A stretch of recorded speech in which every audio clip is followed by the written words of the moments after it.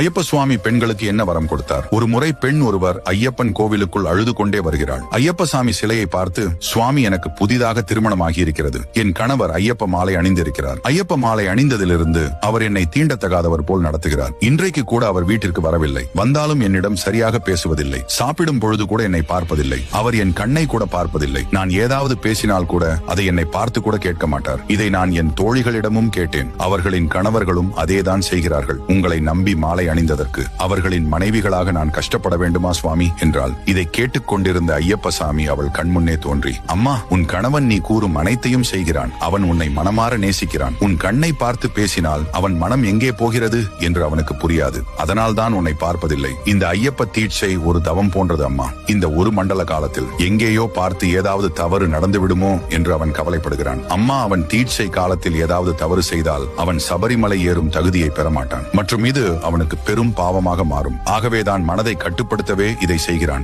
இந்த தீட்சை முடிந்து உன் கணவர் வீட்டிற்கு வந்து உன்னை எப்பொழுதும் போல நேசிப்பார். அம்மா, இருந்தாலும் உன் கவலையை போக்குவதற்காக நான் உனக்கு ஒரு வரம் கொடுக்கிறேன். இந்த 48 நாட்கள் தான் குடும்பத்தை மறந்து என்னையே அனுதினமும் நினைத்து என் சன்னதிக்கு வருபவர்களின் மனைவியின் மாங்கல்யத்திற்கு எந்த களங்கமும் வராமல் சுமங்கலியாக இருப்பார்கள் என்று வரம் கொடுத்தார். உங்களுக்கு ஐயப்பன் சாமி பிடிக்கும் என்றால் சாமியே சரணம் என்று கமெண்ட் செய்து நமது சேனலை ஒரு சப்ஸ்கிரைப் செய்து கொள்ளுங்கள்.